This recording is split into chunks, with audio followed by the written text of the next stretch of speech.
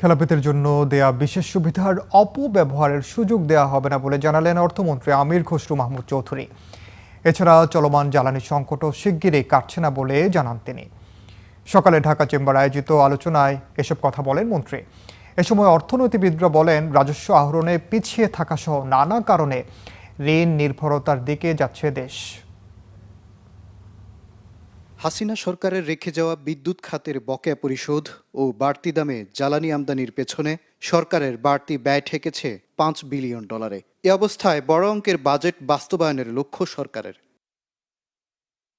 Dhaka chamber আয়োজিত এক সেমিনারে অর্থনীতিবিদরা বলেন, রাজস্ব আহরণে ঘাটতি, কর জিডিপির হার কম থাকা সহ নানা চ্যালেঞ্জ মাথায় নিয়ে ভবিষ্যতে ঋণ নির্ভরতার দিকে যাচ্ছে দেশ।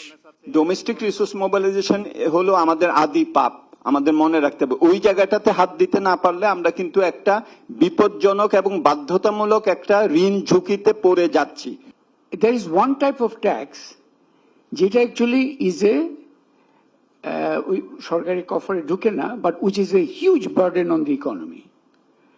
I will call it the হয়রানি ট্যাক্স।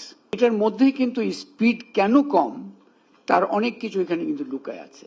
এমন অবস্থার মধ্যেই সেপ্টেম্বর থেকে অনিচ্ছাকৃত খেলাপিদের জন্য নতুন সুযোগ দিচ্ছে সরকার। অর্থমন্ত্রী জানালেন, এর অপব্যবহারের সুযোগ নেই। যে আপনি রিশিডিউল করবেন, একটা টাইম ফ্রেম দেওয়া হচ্ছে, একটা গ্রেস পিরিয়ড দেওয়া হচ্ছে এখান থেকে বেরিয়ে আসার জন্য।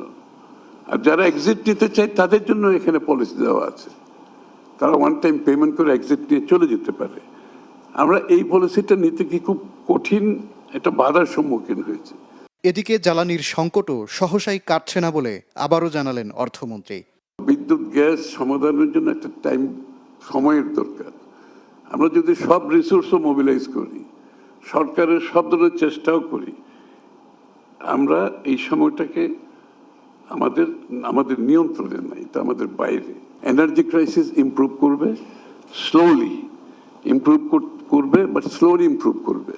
রাজস্ব আহরণ বাড়াতে না পারলে সরকারের অবকাঠামো, সামাজিক কল্যাণমুখী প্রকল্প ও বাজেট বাস্তবায়ন সবই হুমকিতে পড়বে বলে মনে করেন অর্থমন্ত্রী। মাজহার মাহবুব, স্টার নিউজ, ঢাকা।